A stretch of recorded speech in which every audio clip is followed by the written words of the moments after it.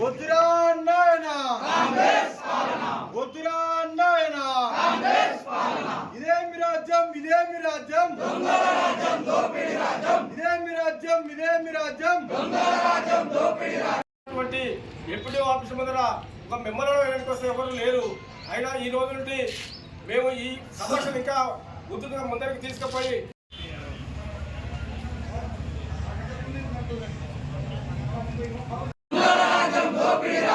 ప్రజాప్రతినిధులకు విలువ ఇవ్వని అధికారులు, ప్రజాప్రతినిధులకు విలువ ఇవ్వని అధికారులను వెంటనే,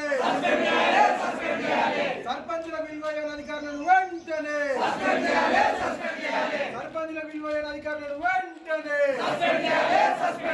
ఇదేమి రాజ్యం, ఇదేమి రాజ్యం, దొంగల రాజ్యం, దోపిడీ రాజ్యం. ఇదేమి రాజ్యం, ఇదేమి రాజ్యం, దొంగల రాజ్యం, దోపిడీ రాజ్యం. వద్దురా నాయనా కాంగ్రెస్ పాలన, వద్దురా నాయనా కాంగ్రెస్ పాలన.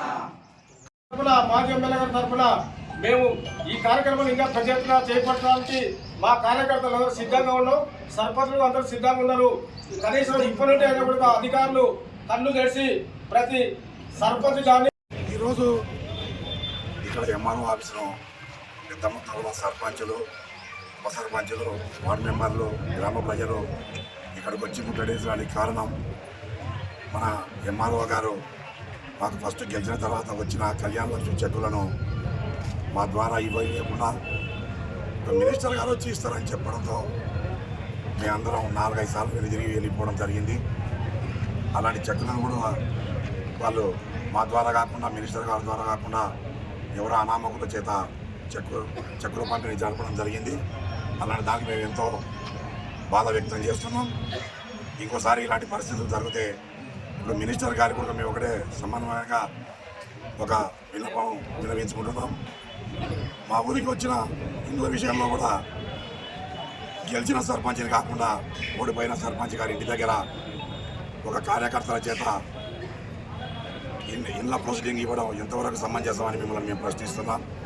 ఇంకోసారి మాకు తెలియకుండా ఎలాంటి ప్రొసీడింగులు కానీ ఇండ్లే కాకుండా వేరే ఏవైనా కూడా ఏ సమస్య ఉన్నా ఫస్ట్ సర్పంచ్కి గ్రామ పాలనకు తెలియజేసి మీరు ఊళ్ళకు రావాల్సిందిగా కోరుకుంటున్నాం.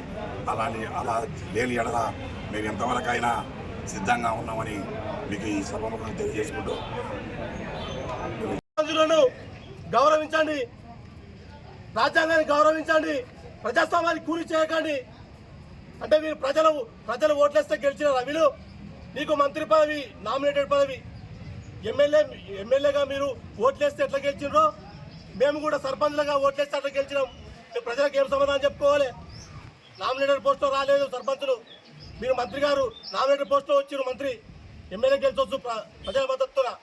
ఇప్పటి నుంచి అయినా సరే కాంగ్రెస్ పార్టీ నాయకులైనా, జూపల్లి కృష్ణారావు మంత్రి గారైనా గ్రామాల్లో ఏమైనా అభివృద్ధి చేయాలంటే, ఏమైనా శంకుస్థాపన చేయాలంటే, ఏమైనా పథకాలు వస్తే ఫస్ట్ గ్రామ పంచాయతీ సర్పంచ్ గారికి ఇన్ఫర్మేషన్ ఇచ్చిన తర్వాతనే గ్రామంలో అడుగు పెట్టాలని ఈ సందర్భంగా జూపల్లి కృష్ణారావు సార్ గారికి డిమాండ్ చేస్తున్నాం.